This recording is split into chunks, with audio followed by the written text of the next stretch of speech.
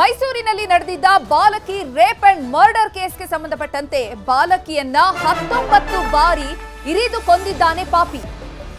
ಬಾಲಕಿಯ ದೇಹದಲ್ಲಿ 19 ಚಾಕು ಇರಿತದ ಗುರುತುಗಳು ಪತ್ತೆಯಾಗಿದೆ. ಆರೋಪಿ ಕಾರ್ತಿಕ್ ಭೀಕರವಾಗಿ ಚಾಕುವಿನಿಂದ ಚುಚ್ಚಿಯ ಬಾಲಕಿಯನ್ನ ಹತ್ಯೆ ಮಾಡಿದ್ದಾನೆ. ಬಾಲಕಿಯ ಮರಣೋತ್ತರ ಪರೀಕ್ಷೆಯಲ್ಲಿ ಇದೆಲ್ಲದೂ ಕೂಡ ದೃಢಪಟ್ಟಿದೆ. ಬಾಲಕಿಯ ಮೇಲೆ ಅತ್ಯಾಚಾರ ಎಸಗಿ ನಂತರ ಕೊಲೆ ಮಾಡಿದ್ದಾನೆ ಆರೋಪಿ. ಮದ್ಯದ ನಶೆಯಲ್ಲಿ ಅತ್ಯಾಚಾರ ಮಾಡಿ ಕೊಲೆಗೈದಿದ್ದಾನೆ. ವೈದ್ಯಕೀಯ ಪರೀಕ್ಷೆಯಲ್ಲಿ ಕಾರ್ತಿಕ್ ಮಾಡಿರುವಂತಹ ಈ ದುಷ್ಕೃತ್ಯ ಬಯಲಾಗಿದೆ. ಕಾರ್ತಿಕ್ ಅತ್ಯಾಚಾರ ಮಾಡಿದಂತಹ ಸಂದರ್ಭದಲ್ಲಿ ಆತ ಕುಡಿದಿದ್ದ ಅನ್ನುವಂಥದ್ದು ಪತ್ತೆಯಾಗಿದೆ. ಮದ್ಯದ ನಶೆಯಲ್ಲಿದ್ದಂತಹ ಕಾರ್ತಿಕ್ 19 ಬಾರಿ 9 ವರ್ಷದ ಬಾಲಕಿಗೆ ಚಾಕುವಿನಿಂದ ಇರಿದು ಕೊಲೆ ಮಾಡಿದ್ದಾನೆ. ಆರೋಪಿಯ ಕಾಲಿಗೆ ಗುಂಡಿಟ್ಟು ಬಂಧಿಸಿದ್ದಾರೆ ಪೊಲೀಸರು.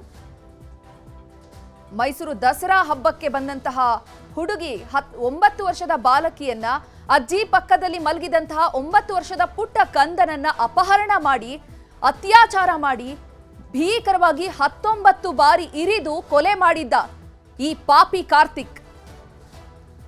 ಇದೆಲ್ಲದೂ ಕೂಡ ಈಗ ಮರಣೋತ್ತರ ಪರೀಕ್ಷೆಯಲ್ಲಿ ಮೃತಪಟ್ಟಿದೆ. ಈ ಅತ್ಯಾಚಾರ ಮಾಡಿದಂತಹ ಸಂದರ್ಭದಲ್ಲಿ ಈ ಕಾರ್ತಿಕ್ ಕುಡಿದಿದ್ದ ಅನ್ನುವಂಥದ್ದು ಕೂಡ ದೃಢಪಟ್ಟಿದೆ.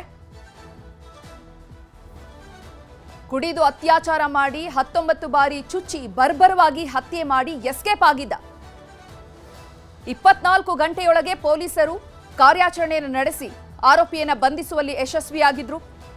ಬಂಧಿಸುವಂತಹ ವೇಳೆ ಎಸ್ಕೇಪ್ ಆಗೋದಕ್ಕೆ ಈ ಕಾರ್ತಿಕ್ ಪ್ರಯತ್ನ ಪಟ್ಟಿದ್ದ. ಕಾಲಿಗೆ ಗುಂಡು ಹಾರಿಸಿ ಆರೋಪಿಯನ್ನ ಬಂಧಿಸಿದ್ರು ಪೊಲೀಸರು.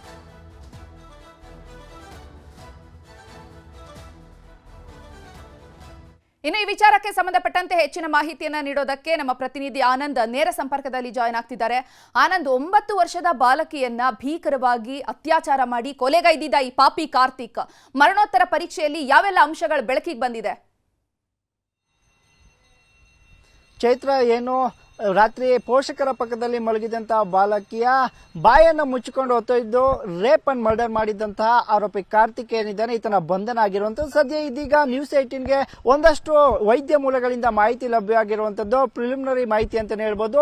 ಬಾಲಕಿಯ ದೇಹದಲ್ಲಿ ಒಟ್ಟು 19 ಬಾರಿ ಇರಿದು ಈತ ಆಕೆಯನ್ನ ಕೊಂದಿರುವಂಥದ್ದು. ಅಲ್ಲದೆ ಸಾಯುವ ಮುನ್ನ ಈತ ಆಕೆಯನ್ನ ರೇಪ್ ಸಹ ಮಾಡಿರುವಂಥದ್ದು. ಸದ್ಯ ಬಾಲಕಿಯ ದೇಹದ ತುಂಬೆಲ್ಲವೂ ಕೂಡ 19 ಬಾರಿ ಈತ ಚಾಕುವಿನಿಂದ ಇರಿದಿರ್ತಕ್ಕಂತಹ ಗುರುತುಗಳು ಪತ್ತೆಯಾಗಿರುವಂಥದ್ದು ಅಂತ ವೈದ್ಯ ಮೂಲಗಳು ಸದ್ಯ ತಿಳಿಸಿರುವಂಥದ್ದು. ಸದ್ಯ ಸಾಂಸ್ಕೃತಿಕ ನಗರಿ ಮೈಸೂರು ಈತನ ಕ್ರೌರ್ಯಕ್ಕೆ ಬೆಚ್ಚಿ ಬಿದ್ದಿತ್ತು. ಪೊಲೀಸರು ಈತನ ಬಂಧಿಸುವಂತಹ ಸಂದರ್ಭದಲ್ಲಿ ಅವರ ಮೇಲೆ ಸಹ ಎರಗಿದ್ದ. ಅಲ್ಲದೆ ಇಬ್ಬರು ಕಾನ್ಸ್ಟೇಬಲ್ ಮೇಲೂ ಕೂಡ ಬಿಯರ್ ಬಾಟ್ಲಿನಿಂದ ಹಲ್ಲೆ ಮಾಡಿದ್ದ. ತಪ್ಪಿಸಿಕೊಳ್ಳಲು ಕೂಡ ಯತ್ನವನ್ನು ನಡೆಸಿದ್ದ. ಕೊನೆಗೆ ಪೊಲೀಸರ ಗುಂಡೇಟನ್ನು ತಿಂದು ಬಂಧಿಯಾಗಿದ್ದ. ಸದ್ಯ ಇದೀಗ ದೊರೆತಿರುವಂತಹ ಮಾಹಿತಿಯ ಪ್ರಕಾರ ಈತ ಬಾಲಕಿಯನ್ನು ರೇಪ್ ಮಾಡುವ ಸಂದರ್ಭದಲ್ಲಿ ಮದ್ಯ ವ್ಯಸನವನ್ನು ಕೂಡ ಮಾಡಿದ್ದ. ಅಲ್ಲದೆ ಮಾದಕ ವಸ್ತುಗಳ ಸೇವನೆಯನ್ನು ಸಹ ಮಾಡಿದ್ದ ಅನ್ನುವ ಅಂಶ ಸದ್ಯಕ್ಕೆ ಬೆಳಕಿಗೆ ಬಂದಿರುವಂತದ್ದು. ಚೈತ್ರ, ಧನ್ಯವಾದ ಆನಂದ್ ತಮ್ಮೆಲ್ಲ ಮಾಹಿತಿಗಾಗಿ. ನಿರ್ಮಾಣ ಹಂತದ ಕಟ್ಟಡದ ಸಜ್ಜಾ ಕುಸಿದು ಇಬ್ಬರು ಸಾವನ್ನಪ್ಪಿದ್ದಾರೆ.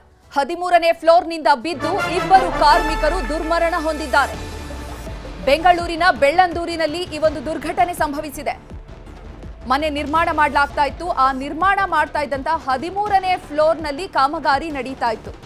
13ನೇ ಫ್ಲೋರ್ನಲ್ಲಿ ಸಜ್ಜಾ ಹಾಕ್ತಾ ಇದ್ದಂತಹ ಸಂದರ್ಭದಲ್ಲಿ ಈ ಒಂದು ದುರ್ಘಟನೆ ಸಂಭವಿಸಿರುವಂತದ್ದು. ಅಮೀರ್ ಹುಸೇನ್, ಮುಮ್ತಾಜ್ ಅಲಿಮುಲ್ಲಾ ಸಾವನ್ನಪ್ಪಿರುವಂತಹ ದುರ್ದೈವಿಗಳು. ಪಶ್ಚಿಮ ಬಂಗಾಳ ಮೂಲದ ಮೃತ ಕಾರ್ಮಿಕರು ಅನ್ನುವಂತಹ ಮಾಹಿತಿ ಇದೆ. ಕಟ್ಟಡ ನಿರ್ಮಾಣದ ವೇಳೆ ಸಜ್ಜಾ ಕುಸಿದು ಬಿದ್ದಿದೆ. ಕಟ್ಟಡ ನಿರ್ಮಾಣ ಮಾಡುವಂತಹ ಸಂದರ್ಭದಲ್ಲಿ ಹಾಗಿದ್ರೆ ಯಾವುದೇ ರೀತಿ ಸೇಫ್ಟಿ ಇರ್ಲಿಲ್ವಾ? ಸೇಫ್ಟಿ ಕ್ರಮಗಳನ್ನು ಅವರು ತೆಗೆದುಕೊಂಡಿರ್ಲಿಲ್ವಾ? 13ನೇ ಫ್ಲೋರ್ನಲ್ಲಿ ಕೆಲಸ ಮಾಡ್ತಾ ಇದ್ದಿದ್ದು ಕಾರ್ಮಿಕರು. ಹಾಗಿದ್ರೆ ಅವ್ರ ಜೀವಕ್ಕೆ ಬೆಲೆನೇ ಇಲ್ವಾ ಅಂತ ಬೆಳ್ಳಂದೂರು ಪೊಲೀಸರು ಸ್ಥಳಕ್ಕೆ ಆಗಮಿಸಿ ಪರಿಶೀಲನೆಯನ್ನ ನಡೆಸುತ್ತಿದ್ದಾರೆ. 13ನೇ ಫ್ಲೋರ್ನಲ್ಲಿ ಕೆಲಸ ಮಾಡ್ತಾ ಇದ್ರು ಕೂಡ ನಿರ್ಲಕ್ಷ್ಯ ವಹಿಸಿದ್ದಾರೆ ನೋಡಿ ಕಟ್ಟಡ ಕಾಮಗಾರಿ ಮಾಡ್ತಾ ಇದ್ದಂಥವ್ರು. ಇದರಿಂದಾಗಿ ಈಗ ಇಬ್ಬರು ಕಾರ್ಮಿಕರು ಮೃತಪಟ್ಟಿದ್ದಾರೆ. ಸಜ್ಜಾ ಕುಸಿದಂತಹ ವೇಳೆ 13ನೇ ಫ್ಲೋರ್ನಿಂದ ಕೆಳಗಡೆ ಬಿದ್ದಿದ್ದಾರೆ. ಕಾರ್ಮಿಕರಿಬ್ಬರೂ ಕೂಡ ಮೃತಪಟ್ಟಿದ್ದಾರೆ. ನಿರ್ಮಾಣ ಹಂತದ ಕಟ್ಟಡ ಅದು. ಬೆಂಗಳೂರಿನ ಬೆಳ್ಳಂದೂರಿನಲ್ಲಿ ಒಂದು ದುರ್ಘಟನೆ ಸಂಭವಿಸಿರುವಂತದ್ದು. ಅಮೀರ್ ಹುಸೇನ್, ಮುಮ್ತಾಜ್ ಅಲಿ ಮುಲ್ಲಾ ಸಾವನ್ನಪ್ಪಿರುವಂಥದ್ದು. ಏನು ಇವರಿಬ್ರು ಸಾವನ್ನಪ್ಪಿದ್ದಾರೆ, ಇವರಿಬ್ರು ಕೂಡ ಪಶ್ಚಿಮ ಬಂಗಾಳದ ಮೂಲದವರು. ಇಲ್ಲಿ ಬಂದು ಕೆಲಸವನ್ನ ಮಾಡ್ತಾ ಇದ್ರು, ಕೆಲಸ ಅರಸಿ ಬೆಂಗಳೂರಿಗೆ ಬಂದು ಕೆಲಸ ಹುಡುಕಿ ಕೆಲಸ ಮಾಡ್ತಾ ಇದ್ರು. ಆದ್ರೆ ಇಂಥ ಒಂದು ದುರ್ಘಟನೆ ನಡೆದು ಹೋಗಿದೆ. ಕಟ್ಟಡ ಕಾಮಗಾರಿ ಮಾಡುವಂತಹ ಯಾರು ಇನ್ಚಾರ್ಜ್ ಇದ್ದಾರೆ ಅವರ ಒಂದು ನಿರ್ಲಕ್ಷ್ಯ ಇಲ್ಲಿ ಎದ್ದು ಕಾಣ್ತಾ ಇದೆ. 13ನೇ ಫ್ಲೋರ್ನಲ್ಲಿ ಕೆಲಸ ಮಾಡ್ತಿದ್ದಾರೆ ಅಂದ್ರೆ ಸಾಕಷ್ಟು ಸೇಫ್ಟಿ ಮೆಜರ್ಮೆಂಟ್ ತಗೋಬೇಕು ಅವರು. ಕಾರ್ಮಿಕರು ಹಂಗಾದ್ರೆ ಕಾರ್ಮಿಕರ ಜೀವಕ್ಕೆ ಆಗಿದ್ರೆ ಬೆಲೆನೇ ಇಲ್ವಾ? ಎಲ್ಲಿಂದಾನೋ ಬರ್ತಾರೆ, ಕೆಲಸ ಹರಿಸ್ಕೊಂಡು ಬಂದು ಹೊಟ್ಟೆಪಾಡಿಗೋಸ್ಕರ ಕೆಲಸ ಮಾಡ್ತಾ ಇರ್ತಾರೆ. ಅವ್ರಿಗೆ ಸೇಫ್ಟಿ ಇಲ್ಲ ಅಂತ ಅಂದ್ರೆ ಹೇಗೆ? ಬೆಂಗಳೂರಿನ ಬೆಳ್ಳಂದೂರಿನಲ್ಲಿ ಒಂದು ದುರ್ಘಟನೆ ಸಂಭವಿಸಿದೆ. ಸದ್ಯಕ್ಕೆ ಪೊಲೀಸರು ಸ್ಥಳಕ್ಕೆ ಆಗಮಿಸಿ ಪರಿಶೀಲನೆಯನ್ನ ನಡೆಸ್ತಿದ್ದಾರೆ. ಯಾರ್ದು ಆ ಕಟ್ಟಡ, ಯಾರ್ಯಾರೆಲ್ಲ ಕೆಲಸ ಮಾಡ್ತಾ ಇದ್ರು, ಸಜ್ಜಾ ಕುಸಿದು ಬೀಳಲಿಕ್ಕೆ ಏನ್ ಕಾರಣ ಆಯ್ತು, ಕಾರ್ಮಿಕರ ಸಾವಿಗೆ ಏನ್ ಕಾರಣ ಆಯ್ತು, ಅವರ ಸಂಬಂಧಿಕರು ಯಾರಾದ್ರೂ ಇದ್ರ, ಈ ಎಲ್ಲ ರೀತಿಯಲ್ಲಿ ಪರಿಶೀಲನೆಯನ್ನ ಮಾಡ್ತಿದ್ದಾರೆ ಪೊಲೀಸರು. ಇನ್ನು ಈ ಬಗ್ಗೆ ಹೆಚ್ಚಿನ ಮಾಹಿತಿಯನ್ನ ನೀಡೋದಕ್ಕೆ ನಮ್ಮ ಪ್ರತಿನಿಧಿ ಮಂಜು ಆರ್ಯ ದೂರವಾಣಿ ಸಂಪರ್ಕದಲ್ಲಿ ಜಾಯ್ನ್ ಆಗ್ತಿದ್ದಾರೆ. ಮಂಜು ಆರ್ಯ, ನಿರ್ಮಾಣ ಹಂತದ ಕಟ್ಟಡದ ಸಜ್ಜಾ ಬಿದ್ದು ಇಬ್ರು 13ನೇ ಫ್ಲೋರ್ ಅಲ್ಲಿ ಅವ್ರು ಕೆಲಸ ಮಾಡ್ತಾ ಇದ್ದಿದ್ದು, 13ನೇ ಫ್ಲೋರ್ ನಲ್ಲಿ ಸಜ್ಜಾ ಬಿದ್ದು ಕೆಳಗ್ ಬಿದ್ದು ಸಾವನ್ನಪ್ಪಿದ್ದಾರೆ ಅಂದ್ರೆ ಹೇಗೆ?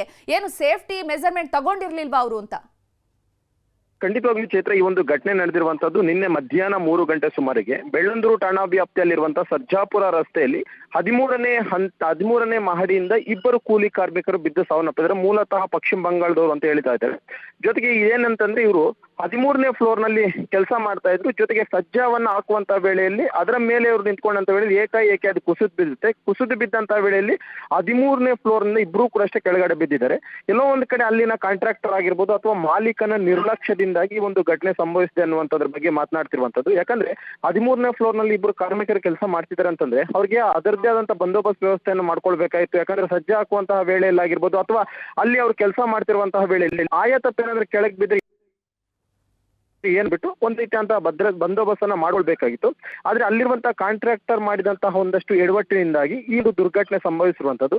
ಇನ್ನು ನಿನ್ನೆ ಏನೋ ಮೃತದೇಹಗಳನ್ನ ಈಗಾಗಲೇ ಸೆಂಟ್ ಜಾನ್ಸ್ ಆಸ್ಪತ್ರೆಗೆ ಶಿಫ್ಟ್ ಮಾಡಿದ್ದಾರೆ. ಮರಣೋತ್ತರ ಪರೀಕ್ಷೆ ಪ್ರಕ್ರಿಯೆಗಳು ಕೂಡ ಈಗಾಗಲೇ ಆರಂಭ ಆಗಿರುವಂತದ್ದು. ಆದ್ರೆ ಇಲ್ಲಿ ಪ್ರಮುಖವಾಗಿ ಈಗ ಬೆಳ್ಳಂದೂರು ಪೊಲೀಸರು ಕೂಡ ಅಷ್ಟೇ ಕೇಸ್ ರಿಜಿಸ್ಟರ್ ಮಾಡ್ಕೊಂಡಿದ್ದಾರೆ. ಕಟ್ಟಡದ ಮಾಲೀಕರು ಮತ್ತು ಅಲ್ಲಿನ ಕಾಂಟ್ರಾಕ್ಟರ್ ಇಬ್ಬರ ಒಂದು ನಿರ್ಲಕ್ಷ್ಯದಿಂದಾಗಿ ಒಂದು ಘಟನೆ ಆಗಿದೆ ಅನ್ನೋದ್ರ ಬಗ್ಗೆ ಸದ್ಯಕ್ಕಿರುವಂತಹ ಮಾಹಿತಿ. ಜೊತೆಗೆ ಅಲ್ಲಿರುವಂತಹ ಕೂಲಿ ಕಾರ್ಮಿಕರಿಂದಲೂ ಕೂಡ ಮಾಹಿತಿಯನ್ನ ಪಡ್ಕೊಳ್ತಾ ಇದ್ದಾರೆ. ಯಾಕಂದ್ರೆ ಇವರು 13ನೇ ಮಹಡಿಯಿಂದ ಹತ್ತಂತ ವೇಳೆಯಲ್ಲಿ ಏನೆಲ್ಲ ಆಯ್ತು ಮತ್ತು ಈ 13 ಫ್ಲೋರ್ ಗಳನ್ನ ಕಟ್ಟೋದಕ್ಕೆ ಇವರು ನಿಜವಾಗ್ಲೂ ಕೂಡ ಅಷ್ಟೇ ಪರ್ಮಿಷನ್ ಅನ್ನ ತಗೊಂಡಿದಾರ ಇಲ್ವಾ ಅನ್ನೋದ್ರ ಬಗ್ಗೆ ಕೂಡ ಸದ್ಯಕ್ಕೆ ಬೆಳ್ಳಂದೂರು ಪೊಲೀಸರು ಮಾಹಿತಿಯನ್ನ ಸಂಗ್ರಹ ಮಾಡ್ತಿರುವಂತದ್ದು. ಚೈತ್ರ, ಇನ್ನು ಕಟ್ಟಡದ ಮಾಲೀಕರೇನಿದ್ದಾರೆ ಅವ್ರಿಗೆ ಹೇಗೋ ಕೆಲಸ ಆದ್ರೆ ಸಾಕು, ನಮ್ ಕಟ್ಟಡ ನಿರ್ಮಾಣ ಆದ್ರೆ ಸಾಕು ಅನ್ನುವಂತಹ ಮೈಂಡ್ ಸೆಟ್ ಅಲ್ಲಿ ಅವ್ರು ಇರ್ತಾರೆ. ಆದ್ರೆ BBMP ಅವ್ರು ಏನ್ ಮಾಡ್ತಿದ್ದಾರೆ, ಈ ರೀತಿ ಕೆಲಸ ಮಾಡ್ತಿದ್ದಾರೆ, ಇಷ್ಟು ಕಾರ್ಮಿಕರು ಕೆಲಸ ಮಾಡ್ತಿದ್ದಾರೆ, 13ನೇ ಫ್ಲೋರ್ ಅಲ್ಲಿ ಕಾಮಗಾರಿ ನಡೀತಾ ಇದೆ, ಇವ್ರು ಸೇಫ್ಟಿ ಮೆಜರ್ಮೆಂಟ್ಸ್ ತಗೊಂಡಿದ್ದಾರ ಏನು ಅಂತ ಅವ್ರೇನು ಪರಿಶೀಲನೆ ಮಾಡಿಲ್ವಾ? ಸದ್ಯಕ್ಕೆ ಅಧಿಕಾರಿಗಳು ಏನ್ ಕ್ರಮ ತಗೊಂಡಿದ್ದಾರೆ? ಚೈತ್ರ, ಸದ್ಯಕ್ಕೆ ಬೆಳ್ಳಂದೂರು ಪೊಲೀಸರು ನಿನ್ನೆ ಕೇಸ್ ರಿಜಿಸ್ಟರ್ ಮಾಡ್ಕೊಂಡಿದ್ದಾರೆ. ಸದ್ಯಕ್ಕೆ ಈಗಾಗಲೇ ಮಾಲೀಕರಿಗೂ ಕೂಡ ಅಷ್ಟೇ ವಿಚಾರಣೆಗೆ ಹಾಜರಾಗುವಂತೆ ನೋಟಿಸ್ ಅನ್ನು ಕೂಡ ಕೊಟ್ಟಿರುವಂತದ್ದು. ಜೊತೆಗೆ ಸೂಕ್ತವಾದಂತಹ ದಾಖಲೆಗಳನ್ನು ಕೂಡ ಅಷ್ಟು ತಗೊಂಡ್ ಬನ್ನಿ ಅಂತ ಹೇಳಿದ್ದಾರೆ. ಯಾಕಂದ್ರೆ ಇವರು ಎಷ್ಟು ಫ್ಲೋರ್ಗೆ ಇವರು ಪರ್ಮಿಷನ್ ಅನ್ನು ತಗೊಂಡಿದ್ರು, ಜೊತೆಗೆ ಎಷ್ಟು ಫ್ಲೋರ್ ಕಟ್ಟೋದಕ್ಕೆ ಮುಂದಾಗಿದ್ರು ಅನ್ನೋದ್ರ ಬಗ್ಗೆ ಕೂಡ ಈಗಾಗಲೇ ಪೊಲೀಸರು ಮಾಹಿತಿಯನ್ನ ಸಂಗ್ರಹ ಮಾಡ್ತಾ ಇದ್ದಾರೆ. ಜೊತೆಗೆ ಇನ್ನೊಂದೇನು ಅಂತಂದ್ರೆ ಇವರು ಇಷ್ಟೆಲ್ಲ ಮೇಲಕ್ಕೆ ಬಿಲ್ಡಿಂಗ್ ಕಟ್ತಿರುವಂತಹ ವೇಳೆಯಲ್ಲಿ ಯಾಕೆ ಯಾವುದೇ ರೀತಿಯಂತಹ ಪ್ರಿಕಾಷನ್ಸ್ ಅನ್ನ ತಗೊಂಡಿರಲಿಲ್ಲ? ಅದರಲ್ಲೂ ಕೂಡ ಅಷ್ಟೇ ಇವರು ಪಾಪ ಪಶ್ಚಿಮ ಬಂಗಾಳದಿಂದ ದುಡಿಯೋಕೆ ಅಂತ ಹೇಳಿ ಬೆಂಗಳೂರು ಬರ್ತಾರೆ. ಹೀಗೆ ಬಂದಂತಹ ವೇಳೆಯಲ್ಲಿ ಅವ್ರಿಗೆ ಯಾವುದೇ ರೀತಿಯಂತ ಭದ್ರತೆಯನ್ನು ಕೂಡ ಇರಲಿಲ್ಲ. 13ನೇ ಫ್ಲೋರ್ ನಲ್ಲಿ ಇವರು ಮೇಲೆ ಕೆಲಸ ಮಾಡ್ತಿರುವಂತಹ ವೇಳೆಯಲ್ಲಿ ಏನಾದ್ರೂ ಹೆಚ್ಚು ಕಮ್ಮಿ ಆಯ್ತು ಅಂದ್ರೆ ಏನು ಅನ್ನೋದ್ರ ಬಗ್ಗೆ ಮುಂಜಾಗ್ರತೆ ಕ್ರಮಗಳನ್ನು ಕೂಡ ಜರುಗಿಸಿರಲಿಲ್ಲ. ಈ ಎಲ್ಲಾ ಅಂಶಗಳನ್ನು ಇಟ್ಕೊಂಡು ಸದ್ಯಕ್ಕೆ ಬೆಳ್ಳಂದೂರು ಪೊಲೀಸರು ಆ ಒಂದು ಕಟ್ಟಡದ ಮಾಲೀಕ ಏನಿದೆ ಆತನಿಗೆ ನೋಟಿಸ್ ಅನ್ನು ಕೂಡ ನಿನ್ನೆನೆ ಕಳಿಸ್ಕೊಟ್ಟಿದ್ದಾರೆ. ಇವತ್ತು ವಿಚಾರಣೆಗೆ ಬರೋದಕ್ಕೆ ಹೇಳಿದ್ರೆ ಜೊತೆಗೆ ಸೂಕ್ತವಾದಂತಹ ದಾಖಲಾತಿಗಳನ್ನ ತನ್ನಿ, ನೀವು ಏನೆಲ್ಲ ಪರ್ಮಿಷನ್ ಅನ್ನು ಈಗಾಗಲೇ ತಗೊಂಡ್ರೆ ಅದರ ಎಲ್ಲಾ ಸಂಪೂರ್ಣ ದಾಖಲೆಗಳನ್ನ ತನ್ನಿ ಅಂತ ಹೇಳಿದ್ರೆ ಬಹುತೇಕ ಆತ ಬಂದಂತಹ ವೇಳೆಯಲ್ಲಿ ಗೊತ್ತಾಗುತ್ತೆ ಈತ ಎಷ್ಟು ಫ್ಲೋರ್ ಕಟ್ಟೋದಕ್ಕೆ ಅನುಮತಿಯನ್ನ ಪಡ್ಕೊಂಡಿದ್ರು, ಆತ ಈತ ಎಷ್ಟು ಫ್ಲೋರ್ ಕಟ್ಟಿದ್ದಾರೆ, ಜೊತೆಗೆ ಇಲ್ಲಿ ಏನೆಲ್ಲಾ ರೀತಿಯಂತ ನಿರ್ಲಕ್ಷ್ಯಗಳನ್ನ ವಹಿಸಿಕೊಂಡಿದ್ರು ಅನ್ನೋದ್ರ ಬಗ್ಗೆ ಸದ್ಯಕ್ಕೆ ಪೊಲೀಸರು ಮಾಹಿತಿಯನ್ನು ಸಂಗ್ರಹ ಮಾಡಿದಂತ ಬಳಿಕ ಗೊತ್ತಾಗುತ್ತೆ. ಚೈತ್ರ, ಧನ್ಯವಾದ ಮಂಜುನಾಥ್ ತಮ್ಮೆಲ್ಲ ಮಾಹಿತಿಗಾಗಿ. ಬೆಂಗಳೂರಲ್ಲಿ ಮಳೆ ಜೊತೆಗೆ ಈ ರಸ್ತೆ ಗುಂಡಿಗಳ ಗಂಡಾಂತರ ಒಂದೊಂದಲ್ಲ. ರಸ್ತೆ ಗುಂಡಿಯಿಂದ ಅಪಘಾತ ಸಂಭವಿಸಿದೆ, ವ್ಯಕ್ತಿ ಸ್ಥಳದಲ್ಲೇ ಸಾವನ್ನಪ್ಪಿದ್ದಾರೆ. ಮಹದೇವಪುರ ಕ್ಷೇತ್ರದ ಗುಂಜೂರಿನಲ್ಲಿ ಒಂದು ಘಟನೆ ನಡೆದಿರುವಂತದ್ದು. ಮಳೆಯ ಅವಾಂತರಗಳು ಒಂದೆಡೆ ಆದ್ರೆ ಈ ಮಳೆ ಬಂದಂತಹ ಸಂದರ್ಭದಲ್ಲಿ ಈ ರಸ್ತೆ ಗುಂಡಿಗಳು ಕೂಡ ಕರೆಕ್ಟಾಗಿ ಕಾಣಿಸೋದಿಲ್ಲ. ಇದರಿಂದಾಗಿ ಮತ್ತಷ್ಟು ಅನಾಹುತಗಳು ಸಂಭವಿಸುತ್ತೆ. ರಸ್ತೆ ಗುಂಡಿಯಿಂದ ಶಾಲಾ ವಾಹನವೊಂದು ನಿಯಂತ್ರಣ ತಪ್ಪಿದೆ. ಶಾಲಾ ವಾಹನ ನಿಯಂತ್ರಣ ತಪ್ಪಿ ಬೈಕ್ಗೆ ಡಿಕ್ಕಿ ಹೊಡೆದಿದೆ. ಸವಾರ ಸ್ಥಳದಲ್ಲೇ ಸಾವನ್ನಪ್ಪಿದ್ದಾರೆ. ಶಾಲಾ ವಾಹನ ನಿಯಂತ್ರಣ ತಪ್ಪಿ ಬೈಕ್ಗೆ ಡಿಕ್ಕಿ ಹೊಡೆದಿರುವಂತದ್ದು. ಗುಂಡಿಗಳನ್ನ ಸರಿ ಮಾಡಿ ಅಂತ ಜನರು ಆಕ್ರೋಶವನ್ನ ವ್ಯಕ್ತಪಡಿಸುತ್ತಿದ್ದಾರೆ. ಇನ್ನು ಅಪಘಾತ ನಡೆದಂತಹ ಸ್ಥಳದಿಂದ ನಮ್ಮ ಪ್ರತಿನಿಧಿ ಪ್ರತ್ಯಕ್ಷ ವರದಿಯನ್ನ ಕೊಟ್ಟಿದ್ದಾರೆ, ನೋಡೋಣ. ಸರ್ಕಾರಕ್ಕೆ ಬೆಂಗಳೂರಿನ ಜನ ಕೇಳ್ತಿರುವಂತಹ ಒಂದೇ ಒಂದು ಪ್ರಶ್ನೆ ಏನು ಅಂತಂದ್ರೆ, ಈ ರಸ್ತೆ ಗುಂಡಿಗಳಿಂದ ಇನ್ನೆಷ್ಟರ ಬಲಿಯನ್ನ ನೀವು ಪಡ್ಕೊಳ್ತೀರಾ ಅಂತ ಹೇಳ್ಬಿಟ್ಟು. ಯಾಕಂದ್ರೆ ನಿನ್ನೆನೂ ಕೂಡ ಅಷ್ಟೇ ಮಹದೇವಪುರ ಕ್ಷೇತ್ರದಲ್ಲಿ ಒಂದು ಘಟನೆ ಆಗಿರುವಂತಹದ್ದು. ಅದು ಕೂಡ ಅಷ್ಟೇ ಗುಂಜೂರು ಸಮೀಪ ಈ ರಸ್ತೆ ಗುಂಡಿಯನ್ನ ತಪ್ಪಿಸೋದಕ್ಕೆ ಹೋಗ್ಬಿಟ್ಟು ಶಾಲಾ ಒಂದು ಬಸ್ ಬೈಕ್ಗೆ ಡಿಕ್ಕಿ ಹೊಡೆದಂತಹ ಪರಿಣಾಮ ಬೈಕ್ನ ಸವಾರ ಸ್ಥಳದಲ್ಲೇ ಸಾವನ್ನಪ್ಪಿರೋದನ್ನೇ. ನಾನು ಎಕ್ಸಾಕ್ಟ್ ಆಗಿ ಈಗ ಒಂದು ಘಟನೆ ಆದಂತಹ ಲೊಕೇಶನ್ ಅಲ್ಲಿ ಇಲ್ಲೇನು ಕಾಣ್ತಾ ಇದೆ, ಡೀನ್ಸ್ ಅಕಾಡೆಮಿ ಅನ್ನುವಂತ ಒಂದು ಸ್ಕೂಲ್ನ ಮುಂಭಾಗದ ಒಂದು ದೃಶ್ಯಗಳಿದು. ಇದೇ ಒಂದು ಡೀನ್ಸ್ ಅಕಾಡೆಮಿಗೆ ಸೇರಿರುವಂತಹ ಒಂದು ಬಸ್ ಏನಿತ್ತು, ನಿನ್ನೆ ಸುಮಾರು ಮಧ್ಯಾಹ್ನ 3 ಗಂಟೆ ವೇಳೆಗೆ ಇದೇ ಒಂದು ಮಾರ್ಗವಾಗಿ ಆ ಒಂದು ಬಸ್ ಬರ್ತಾ ಇತ್ತು. ಇನ್ನು ಈ ಒಂದು ರಸ್ತೆನ ಒಮ್ಮೆ ಗಮನಿಸಬಹುದು ನೀವು. ನಿಜಕ್ಕೂ ಕೂಡ ಅಷ್ಟೇ ರೋಡ್ ನಲ್ಲಿ ಓಡಾಡುವಂತಹ ಪ್ರತಿಯೊಬ್ಬರು ಕೂಡ ಅಷ್ಟೇ ಸರ್ಕಾರಕ್ಕೆ ಇಡೀ ಶಾಪವನ್ನ ಹಾಕೊಂಡೇ ಓಡಾಡ್ತಾರೆ. ಯಾಕಂದ್ರೆ ಆ ರೀತಿಯಾಗಿ ರಸ್ತೆ ಗುಂಡಿ ಯಾವ ರೀತಿಯಾಗಿ ಬಿದ್ದಿದೆ ಅಂತ ಒಮ್ಮೆ ಗಮನಿಸ್ತಾ ಇರ್ಬೋದು. 1.5-2 ಅಡಿ ರಸ್ತೆ ಗುಂಡಿ ಬಿದ್ದಿರುವಂತಹದ್ದು. ಈ ಒಂದು ಮಾರ್ಗವಾಗಿ ಬಂದಂತಹ ಬಸ್ಸು ಏಕಾಏಕಿ ಒಂದು ತಿರುವಿನಲ್ಲಿ ಈ ಗುಂಡಿಗಳನ್ನ ತಪ್ಪಿಸೋದಕ್ಕೆ ಅಂತ ಹೋಗುತ್ತೆ. ಏಕಾಏಕಿ ಆ ಒಂದು ಮಾರ್ಗವಾಗಿ ಬರ್ತಿದ್ದಂತಹ 2 ವೀಲರ್ಗೆ ಡಿಕ್ಕಿ ಹೊಡೆಯುತ್ತೆ. 23 ವರ್ಷದ ಚಿರಂಜೀವಿ ಎನ್ನುವಂತಹ ಯುವಕ ಇದೊಂದು ಘಟನೆ ನಡೆದಂತಹ ಸ್ಥಳದಲ್ಲೇ ಸಾವನ್ನಪ್ತಾನೆ. ದೃಶ್ಯದಲ್ಲಿ ಏನೊಂದೊಂದು ಕಾಣ್ತಾ ಇದೆ, ಅಂಗಡಿ ರೀತಿಯಲ್ಲಿ ಅದೇ ಒಂದು ಜಾಗಕ್ಕೆ ಆತ ಡಿಕ್ಕಿ ಹೊಡಿದಂಥದ್ದು. ಇನ್ನು ಶಾಲಾ ಬಸ್ ಕೂಡ ಅಷ್ಟೇ ಗುಂಡಿ ತಪ್ಪಿಸೋದಕ್ಕೆ ಅಂತ ಹೋಗುತ್ತೆ, ಅದೇ ಒಂದು ಮಾರ್ಗವಾಗಿ ಬೈಕ್ ಬರುತ್ತೆ. ಏಕಾಏಕಿ ಡಿಕ್ಕಿ ಹೊಡೆದಂತಹ ಪರಿಣಾಮವಾಗಿ ಇದೇ ಒಂದು ಸ್ಥಳದಲ್ಲಿ ಚಿರಂಜೀವಿ ಎನ್ನುವಂತಹ 23 ವರ್ಷದ ಯುವಕ ಸಾವನ್ನಪ್ಪಿದ್ದಾನೆ. ನೀವು ದೃಶ್ಯದಲ್ಲಿ ನೋಡ್ತಾ ಇರ್ಬೋದು, ಒಂದೊಂದು 2 ವೀಲರ್ ಕೂಡ ಅಷ್ಟೇ ಈ ಒಂದು ರೋಡ್ ನಲ್ಲಿ ಹೋಗೋಕೆ ಎಷ್ಟು ಅರಸಾಹಸ ಪಡ್ತಿದೆ ಅಂತ ಹೇಳ್ಬಿಟ್ಟು. 1-2 ಗುಂಡಿ ಅಲ್ಲ, ಕಿಲೋಮೀಟರ್ ಗಟ್ಟಲೆ ಇದೇ ರೀತಿಯಾದಂತಹ ಗುಂಡಿಗಳು ಬಿದ್ದಿದ್ರು ಕೂಡ ಅಷ್ಟೇ ಯಾರು ಇದ್ರ ಬಗ್ಗೆ ಕ್ಯಾರೆ ಅಂತಿಲ್ಲ. ಸಂಬಂಧಪಟ್ಟಂತವ್ರಿಗಂತೂ ಸತತವಾಗಿ ಮನವಿಯನ್ನ ಮಾಡ್ಕೊಂತಿದ್ದಾರೆ. ಪ್ರತಿ ಬಾರಿಯೂ ಕೂಡ ಅಷ್ಟೇ ದಯವಿಟ್ಟು ಗುಂಡಿಗಳನ್ನ ಮುಚ್ಚಿ ಅಂತ ಹೇಳ್ತಿದ್ದಾರೆ. ಯಾರೊಬ್ರು ಕೂಡ ಅಷ್ಟೇ ಯಾವುದೇ ರೀತಿಯಾದಂತಹ ಗುಂಡಿ ಮುಚ್ಚುವಂತ ಕೆಲಸಕ್ಕೆ ಹೋಗ್ತಿಲ್ಲ. ಈಗ ನಿನ್ನೆ ಒಂದು ಇನ್ಸಿಡೆಂಟ್ ಆಯ್ತು, ನೀವು ಕೂಡ ಅಷ್ಟೇ ಬಹುಶಃ ನೋಡಿದಿರ ಅನ್ಕೊಂತೀನಿ. ಈ ರಸ್ತೆ ಗುಂಡಿಯಿಂದ ಒಂದು ಅಪಘಾತ ಒಬ್ಬ ವ್ಯಕ್ತಿ ಸಾವನ್ನಪ್ಪ, 23 ವರ್ಷದ ಯುವಕ. ಏನ್ ಹೇಳ್ತೀರಿ ಇದ್ರ ಬಗ್ಗೆ ಅಂತ? ಸರ್ ಏನ್ ಮಾಡಕ್ಕಾಗಲ್ಲ. ಫಸ್ಟ್ ಆಫ್ ಆಲ್ ನಾವ್ ಎಲ್ಲಾರ್ಗು ಹೇಳಿದೀವಿ, ಎಲ್ಲಾರ್ಗು ಮೆಂಬರ್ಗಳಿಗೆಲ್ಲ ನಾವು ತಿಳಿಸಿದೀವಿ. ಬಟ್ ನಾವೇ ನಮ್ ಕೈಯಾಗ್ಲೇ ಮಾಡಿದೀವಿ. ರೋಡ್ ಹೆವಿ ಟ್ರಕ್ ಬರುತ್ತಲ್ಲ, ಕಾಂಕ್ರೀಟ್ ಹೆವಿ ಟ್ರಕ್, ಅದರಿಂದ ಜಾಸ್ತಿ ಸಮಸ್ಯೆ ಆಗ್ತಿರೋದು. ನಿನ್ನೆ ಏನಾಯ್ತು ಸರ್ ಆಕ್ಚುಲಿ ಇನ್ಸಿಡೆಂಟ್ ಏನಾಯ್ತು? ನಿನ್ನೆ ಸರ್ ಏನ್ ಮಾಡಕ್ಕಾಗಲ್ಲ, ಅಲ್ಲಿಂದ ಗಾಡಿ ವೆಹಿಕಲ್ ಎಲ್ಲ ಬರ್ತಾ ಇತ್ತು. ನಮ್ಮ ಹುಡುಗನು ಸ್ಲೋ ಆಗಿ ಬರ್ತಾ ಇದ್ದ. ಬಟ್ ರೈಟ್ ಸೈಡ್ ಇಂದ 2 ವೀಲರ್ ವೆಹಿಕಲ್ ಬಂದು ಅವ್ನ್ ಏನ್ ಮಾಡ್ಬೇಕು ಅಂತ ಗೊತ್ತಾಗಲಿಲ್ಲ, ಬಿಟ್ಬಿಟ್ಟೆ ಸರ್. ಅದೇ ಆಗಿತ್ತು ಮೇನ್ ರೋಡ್ ಸಮಸ್ಯೆ. ಸ್ಕಿಡ್ ಆಗಿ ಈ ತರ. ಎಷ್ಟು ಕಿಲೋಮೀಟರ್ ಈ ರೀತಿ ರೋಡ್ ಇದೆ ಸರ್ ಇದು ಅಧ್ವಾನ ಆಗಿರೋದು? ಸರ್ ಇಲ್ಲಿಂದ ಮೋಸ್ಟ್ಲಿ ಗುಂಜೂರ್ ತನಕ ಇದೆ ಸರ್. ಗುಂಜೂರ್ ಮೇನ್ ರೋಡ್ ತನಕ ಇದೆ ಇದು.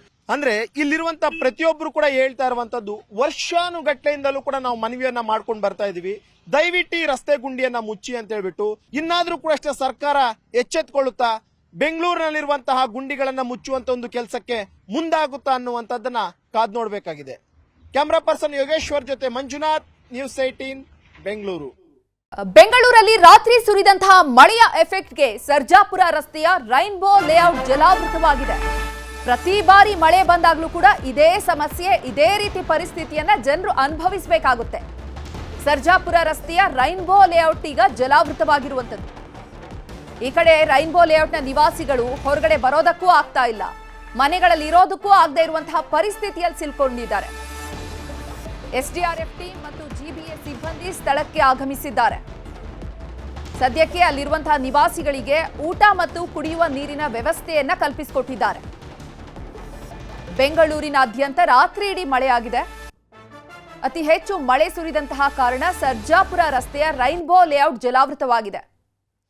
ಈಗ ಮಾತ್ರವಲ್ಲ, ಪ್ರತಿ ಬಾರಿ ಮಳೆ ಬಂದಾಗ್ಲೂ ಕೂಡ ಇದೇ ರೀತಿ ಏರಿಯಾಗಳು ಜಲಾವೃತ ಆಗೋದು, ಮನೆಗಳಿಗೆಲ್ಲ ನೀರು ನುಗ್ಗುವಂಥದ್ದು, ಆ ಮನೆಯಲ್ಲಿರುವಂತಹ ದಿನಸಿ ಧಾನ್ಯಗಳೆಲ್ಲ ಕೂಡ ಹಾಳಾಗುವಂಥದ್ದು.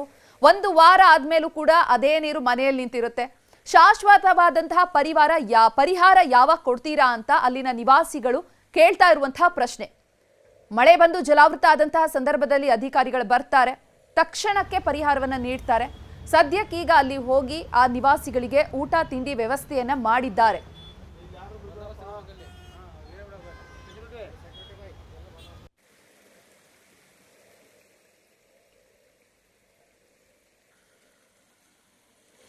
ಬೆಂಗಳೂರು ಹೊರವಲಯದ ಆನೇಕಲ್ನಲ್ಲಿ ಮಳೆ ಎಫೆಕ್ಟ್ಗೆ ಪಿಯೋನಿಯರ್ ರೆಸಿಡೆನ್ಸಿ ನಿವಾಸಿಗಳಿಗೆ ಜಲದಿಗ್ಬಂಧನ ಉಂಟಾಗಿದೆ. ರೆಸಿಡೆನ್ಸಿ ಲೇಔಟ್ಗೆ ಸಂಪರ್ಕವನ್ನ ಕಲ್ಪಿಸುವಂತಹ ರಸ್ತೆ ಸಂಪೂರ್ಣವಾಗಿ ಜಲಾವೃತವಾಗಿದೆ. ಜಲದಿಗ್ಬಂಧನದಲ್ಲಿ ಲೇಔಟ್ನ ನಿವಾಸಿಗಳು ಸಿಲುಕಿದ್ದಾರೆ. 100ಕ್ಕೂ ಅಧಿಕ ಮನೆಗಳಲ್ಲಿ ರೆಸಿಡೆನ್ಸಿ ಲೇಔಟ್ ಅದು 100ಕ್ಕೂ ಹೆಚ್ಚು ಮನೆಗಳಿದೆ. ಗಟ್ಟಹಳ್ಳಿ ಕೆರೆ ತುಂಬಿ ಲೇಔಟ್ಗೆ ಮಳೆ ನೀರು ನುಗ್ತಾ ಇರುತ್ತೆ. ಪ್ರತಿ ಬಾರಿ ಮಳೆ ಬಂದಾಗಲೂ ಕೂಡ ಇದೇ ಸಮಸ್ಯೆ ಎದುರಾಗುತ್ತೆ.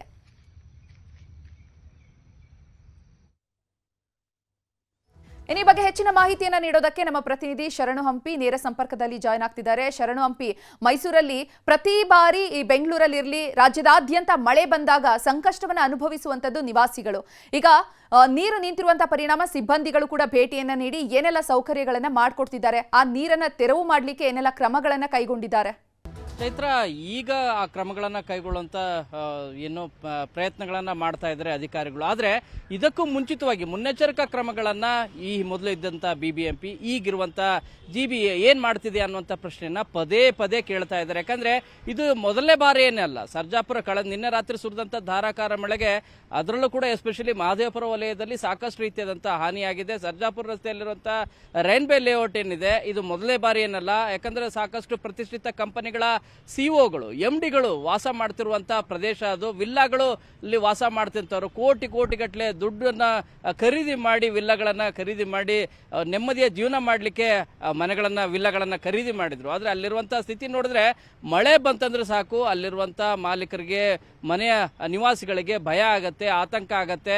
ಎಲ್ಲಿ ಮನೆ ಒಳಗಡೆ ಪೂರ್ತಿ ನುಗ್ಗಿಬಿಡುತ್ತೋ, ಇನ್ನೇನಾಗ್ಬಿಡುತ್ತೋ ಅವಾಂತರ ಅಂತೇಳಿ ಈ ವರ್ಷನೂ ಕೂಡ ಆ ಅವಾಂತರ ಕಂಟಿನ್ಯೂ ಆಗಿದೆ. ಯಾಕಂದರೆ ಕಳೆದ ವರ್ಷನೂ ಕೂಡ ಇದೇ ರೀತಿಯಾದಂಥ ಪರಿಸ್ಥಿತಿ ನಿರ್ಮಾಣ ಆಗಿತ್ತು. ಈ ವರ್ಷ ಆ ರೀತಿಯಾದಂಥ ಪರಿಸ್ಥಿತಿ ನಿರ್ಮಾಣ ಆಗೋದಿಲ್ಲ, ನಾವೆಲ್ಲ ಕೂಡ ಪರ್ಮನೆಂಟ್ ಸೊಲ್ಯೂಷನ್ನ ಕಂಡುಕೊಳ್ತೀವಿ ಅಂತೇಳಿ ಹಿಂದೆ ಭೇಟಿ ನೀಡಿದಂಥ DCM DK ಶಿವಕುಮಾರ್ ಆಗಿರ್ಬೋದು, ಅಥವಾ GBAನ ಅಂದರೆ ಈ ಹಿಂದೆ ಇದ್ದಂಥ BBMPಯ ಮುಖ್ಯ ಆಯುಕ್ತರು ಕೂಡ ಏನೋ ಭರವಸೆಯನ್ನು ನೀಡಿದ್ರು. ಕೇವಲ ಭರವಸೆಯಾಗಿ ಮಾತ್ರ ಉಳಿದಿರೋದು. ಈ ಬಾರಿ ಅಂದರೆ ನಿನ್ನೆ ರಾತ್ರಿ ಸುರಿದಂಥ ಮಳೆಗೆ ಆಲ್ಮೋಸ್ಟ್ ಗ್ರೌಂಡ್ ಫ್ಲೋರ್ ಎಲ್ಲದೂ ಕೂಡ ಮಳೆ ನೀರಿನಿಂದ ನುಗ್ಗಿದೆ. ವೆಹಿಕಲ್ಗಳ ಒಂದು ಸಾಧ್ಯನೇ ಇಲ್ಲ ಒಳಗಡೆ ಹೋಗಲಿಕ್ಕೆ. ಬೋಟ್ನ ವ್ಯವಸ್ಥೆಯನ್ನ ಮಾಡಬೇಕಾಗಿದೆ. ಬೋಟಲ್ಲಿ ಜನರು ಹೊರಗಡೆ ಹೋಗಿ ಒಳಗಡೆ ಬರಬೇಕಾಗಿದೆ.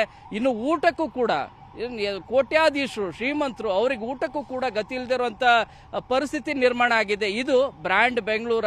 ನಿಜವಾಗ್ಲೂ ಕೂಡ ಇದು ಬ್ಯಾಡ್ ಬೆಂಗಳೂರು ಅಂತೇಳಿ ಜನರು ಹಿಡಿಶಾಪ ಆಗ್ತಾ ಇದ್ದಾರೆ. ಎಸ್ಪೆಷಲಿ ಅಲ್ಲಿಯ ನಿವಾಸಿಗಳಂತೂ ಹಿಡಿಶಾಪ ಆಗ್ತಾ ಇದ್ದಾರೆ. ಇದೇ ರೀತಿಯಾದಂಥ ಸಿಚುವೇಶನ್ KR ಪುರಮಲ್ಲಿರುವಂಥ ಹಲವು ಕಾಲೋನಿಗಳಲ್ಲೂ ಕೂಡ ಸಾಕಷ್ಟು ರೀತಿಯಾದಂಥ ತೊಂದರೆ ಆಗಿದೆ.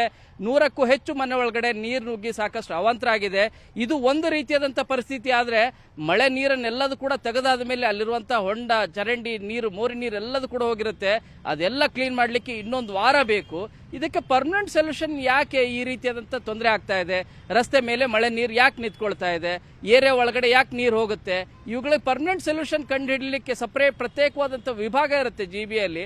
ಆ ವಿಭಾಗ ಏನು ಮಾಡ್ತಿದೆ ಅಂತ ಹೇಳಿ ಜನರು ಆಕ್ರೋಶವನ್ನು ವ್ಯಕ್ತಪಡಿಸ್ತಾ ಇದ್ದಾರೆ. ಇನ್ನೂ 3 ದಿನಗಳ ಕಾಲ ಬೆಂಗಳೂರಿನಲ್ಲಿ ಎಲ್ಲೋ ಅಲರ್ಟ್ ಇರೋ ಕಾರಣಕ್ಕಾಗಿ ಇನ್ನಷ್ಟು ಕೂಡ ಹೆಚ್ಚು ಪರಿಣಾಮಕಾರಿಯಾಗಿ ಮಳೆ ಬರುತ್ತೆ. ಮಳೆ ಹಿನ್ನೆಲೆಯಲ್ಲಿ ಏನೆಲ್ಲ ಮುನ್ನೆಚ್ಚರಿಕಾ ಕ್ರಮಗಳನ್ನು ಕೈಗೊಳ್ಳಬೇಕು, ಆ ಕ್ರಮಗಳನ್ನು ಕೈಗೊಳ್ಳದಿದ್ರೆ ಇನ್ನಷ್ಟು ಅವಾಂತರ ಅಂತೂ ತಪ್ಪಿದ್ದಲ್ಲ. ಚೈತ್ರ, ಧನ್ಯವಾದ ಶರಣು ಹಂಪಿ ತಮ್ಮೆಲ್ಲ ಮಾಹಿತಿಗಾಗಿ. ಬೆಂಗಳೂರು ಪೊಲೀಸ್ ಕಮಿಷನರ್ ಆಗಿ 4 ತಿಂಗಳು ಪೂರೈಸಿರುವ Seemanth Kumar Singh news 18 digital exclusive talk tonic ನಲ್ಲಿ ಮಾತನಾಡಿದ್ದಾರೆ. ವೆಬ್ಸೈಟ್ ಎಡಿಟರ್ ರಾಘವೇಂದ್ರ ಗುಡಿ ಜೊತೆ ಹಲವು ವಿಚಾರಗಳ ಬಗ್ಗೆ ಮನಬಿಚ್ಚಿ ಮಾತನಾಡಿದ್ದಾರೆ. ಅದರಲ್ಲೂ RCB ಗೆಲುವಿನ ನಂತರ ಆದಂತಹ ಕಾಲ್ತುಳಿತದಿಂದ ಕಲಿತ ಪಾಠಗಳು, ಹೊಸ ಸ್ಟ್ಯಾಂಡರ್ಡ್ ಆಪರೇಟಿಂಗ್ ಮತ್ತು ಪ್ರೊಸೀಜರ್ ಬಗ್ಗೆ, ಬೆಂಗಳೂರಿಗೆ ಇರುವಂತಹ ಮುಖ್ಯ ಚಾಲೆಂಜ್ಗಳ ಬಗ್ಗೆ ಚರ್ಚಿಸಿದ್ದಾರೆ. ವಿಶೇಷ ಅಂದ್ರೆ 10,000 ಕ್ಯಾಮೆರಾಗಳಿಂದ ನಗರದ ಮೂಲೆ ಮೂಲೆಗಳಲ್ಲಿ ಆಗುವಂತಹ ಘಟನೆಗಳನ್ನ ತಮ್ಮ ಕಚೇರಿಯಿಂದಲೇ ಹೇಗೆ ನಿರ್ವಹಿಸುತ್ತಿದ್ದಾರೆ ಅನ್ನೋದರ ಬಗ್ಗೆ ಮಾಹಿತಿಯನ್ನ ನೀಡಿದ್ದಾರೆ. ಈ ಬಗ್ಗೆ ನಮ್ಮ ಫೇಸ್ಬುಕ್ ಮತ್ತು ಯೂಟ್ಯೂಬ್ನಲ್ಲಿ ಸಂಪೂರ್ಣ ವಿಡಿಯೋ ಲಭ್ಯವಿದೆ. ವೀಕ್ಷಣೆಗಾಗಿ ನ್ಯೂಸ್ 18 ಫೇಸ್ಬುಕ್ ಮತ್ತು ಯೂಟ್ಯೂಬ್ಗೆ ಭೇಟಿ ನೀಡಿ. ನಾವು ಫಸ್ಟ್ ಟೈಮ್ ಇಷ್ಟು ವರ್ಷ ದಶಕಗಳ ನಂತರ RCB ಕಪ್ಪನ್ನು ಗೆದ್ದಿರುತ್ತೆ. ಇಡೀ ಬೆಂಗಳೂರಲ್ಲಿ ಸಂಭ್ರಮ ಆಗಬೇಕಂತ ಒಂದು ಸಂಭ್ರಮದ ಮನೆಯಲ್ಲಿ ಸೂತಕದ ರೀತಿಯಾಗಿ 11 ಜನ ಕಾಲು ತುಳಿತಕ್ಕೆ ಬಲಿಯಾಗಿರ್ತಾರೆ. ಬ್ಲೇಮ್ ಗೇಮ್ ಆಗ್ತಿರುತ್ತೆ. ಸರ್ಕಾರದವ್ರು RCB ಮೇಲೆ, RCB ಇವ್ರ ಮೇಲೆ, ಕೊನೆಗೆ ಎಲ್ಲ ಹೋಗಿ ಪೊಲೀಸ್ ತಲೆಗೆ ಕಟ್ಟುವಂಥ ಪ್ರಯತ್ನಗಳನ್ನು ಕೂಡ ನಡೀತಾ ಇರೋದನ್ನು ನಾವೆಲ್ಲ ಕೂಡ ಗಮನಿಸಿದ್ವಿ. ಅಂಥ ಸಂದರ್ಭದಲ್ಲಿ ನಿಮ್ಮ ಪ್ರಿಡೆಸರ್ಗೆ ಒಂದು ರೀತಿಯಿಂದ ಅವರ ನಂತರದಲ್ಲಿ ನಿಮಗೆ ಆ ಸ್ಥಾನಕ್ಕೆ ತಂದಿದ್ದು, ಆ ನಂತರದಲ್ಲಿ ತನಿಖೆಯ ಹಂತಗಳು, ಹೀಗಾಗಿ ನಾನು ಕೇಳಿದ್ದು ಆ June 6, 2025 ಅಂತೇಳಿ. June 6 ನಾನು ಚಾರ್ಜ್ ತಗೊಂಡಿದ್ದೆ. ಅದಕ್ಕೆ ಮುಂಚೆ ಯಾವುದು 2 ದಿವಸ ಮುಂಚೆ ಯಾವುದು ಸಮಸ್ಯೆ ಆಗಿತ್ತು ಅದರ ಬಗ್ಗೆ ಸಾಕಷ್ಟು ಎನ್ಕ್ವೈರಿ ನಡೀತಾ ಇದೆ. ಜುಡಿಷಿಯಲ್ ಎನ್ಕ್ವೈರಿ, ಮ್ಯಾಜಿಸ್ಟ್ರೇಟ್ ಎನ್ಕ್ವೈರಿ, ಜೊತೆಗೆ ಕೋರ್ಟಲ್ಲಿ ಮ್ಯಾಟರ್ ಇದೆ. ಸೊ ಅದರ ಬಗ್ಗೆ ನಾವು ಆ ವಿಷಯ ಬಗ್ಗೆ ನಾವು ಏನೂ ಕಾಮೆಂಟ್ ಮಾಡಲ್ಲ. ಬಟ್ ಖಂಡಿತ ನಾನು ಬಂದ ಟೈಮಲ್ಲಿ ಒಂದು ನನಗೆ ಚಾಲೆಂಜ್ ಇತ್ತು. ನಮ್ಮ ಪೊಲೀಸ್ ಫೋರ್ಸ್, ಸಿಟಿ ಪೊಲೀಸ್ ಅವ್ರಿಗೆ ನಾವು ಒಂಥರ ಅವ್ರಿಗೆ ಜೋಡಿಸಿ ಅವ್ರಿಗೆ ಧೈರ್ಯ ತುಂಬಿಸಿ ಮುಂದೆ ಕೆಲಸ ಮಾಡಬೇಕು ಅಂತ ಗುರಿ ಇಟ್ಕೊಂಡೇ ನಾವು ಕೆಲಸ ಮಾಡಿದ್ದೀವಿ. ಮತ್ತು ಒಂದು ದಿವಸ ನಾವು ವೇಸ್ಟ್ ಮಾಡಲಿಲ್ಲ. ನಮ್ಮೆಲ್ಲ ಟೀಮ್ ಅವರು ಇಮಿಡಿಯೇಟ್ಲಿ ಇದ್ರ ಬಗ್ಗೆ ಕೂತ್ಕೊಂಡು ಮುಂದೆ ಈ ಥರ ಆಗಬಾರ್ದು, ಮತ್ತು ಸರ್ಕಾರ ವತಿಯಿಂದ ಏನೇನು ಅಪೇಕ್ಷೆ ಇದೆ, ಬೆಂಗಳೂರು ಸಿಟಿಗೆ ಒಂದು ಸೇಫ್ ಸಿಟಿ, ಇಲ್ಲಿ ಯಾವುದು ಸಮಸ್ಯೆ ಆಗಬಾರ್ದು ಅಂತ ಆ ನಿಟ್ಟಿನಲ್ಲಿ ನಾವು ಕೆಲಸ ಮಾಡ್ಕೊಂಡು ಇಲ್ಲಿವರೆಗೆ ಬಂದಿದ್ದೀವಿ. ಸೊ ಅದು ತುಂಬ ಸಕ್ಸಸ್ ಸಿಕ್ಕಿದೆ ನನಗೆ. ಈಗ ಆದ ಘಟನೆ ಖಂಡಿತವಾಗಿ ಇನ್ವೆಸ್ಟಿಗೇಷನ್ ನಡೀತಾ ಇದೆ. ಅದಕ್ಕೆ ಯಾರ್ಯಾರು ತಪ್ಪಿತಸ್ಥಿದ್ರೆ ಅವ್ರ ಶಿಕ್ಷೆ ಆಗುತ್ತೆ, ಅದು ಒಂದು ಪಾರ್ಟ್ ಆಯಿತು. ಆದರೆ ಬೆಂಗಳೂರು ಅಂತ ನಗರದಲ್ಲಿ ಕ್ರೌಡ್ ಮ್ಯಾನೇಜ್ಮೆಂಟ್ ಅಂತ ಬಂದಾಗ ಅದರಿಂದ ಇಲಾಖೆ ಕಲ್ತಂಥ ಪಾಠ ಏನು? ಇಲಾಖೆ ಈಗ ನಾನು ಮತ್ತೆ ಹೇಳ್ತಾ ಇದ್ದೀನಿ, ಯಾಕೆಂದರೆ ನಾವು ಜಾಸ್ತಿ ಈಗ ಹೇಳಿದ್ರೆ ಮತ್ತೆ ಅದರ ಬಗ್ಗೆ ಇದು ಇಂಟರ್ಫರೆನ್ಸ್ ಆಗಿದೆ. ಮುಂಬರುವಂಥ ದಿನದಲ್ಲಿ SOPs ಫಾರ್ಮೇಷನ್ ಆಗಿದೆ. ಕ್ರೌಡ್ ಕಂಟ್ರೋಲ್ ಬಗ್ಗೆ ಸರ್ಕಾರ ವತಿಯಿಂದ SOP ಗೈಡ್ಲೈನ್ಸ್ ಬಂದಿದೆ. ಮತ್ತು ನಾವು ಕೂಡ ಸಾಕಷ್ಟು ಬೇರೆ ಬೇರೆ ರೀತಿಯಿಂದ ಮುಂದೆ ಸುಮಾರು ಹಲವಾರು ಕಾರ್ಯಕ್ರಮ ಆಗಿದೆ. ಅದ್ರ ಬಗ್ಗೆ ನಾವು ಕಟ್ಟುನಿಟ್ಟಾಗಿ ಏನೇನು ಪಾಲನೆ ಮಾಡಬೇಕು ನಾವು ಮಾಡ್ತಾಯಿದ್ದೀವಿ. ಮತ್ತು ನಾವು ಎಲ್ಲರಿಗೂ ನಾವು ಭರವಸೆ ಕೊಡ್ತೀವಿ, ಮುಂದೆ ಈ ಥರ ಸಮಸ್ಯೆ ಆಗಲಿಕ್ಕೆ ಅವಕಾಶ ನಾವು ಕೊಡೋದಿಲ್ಲ.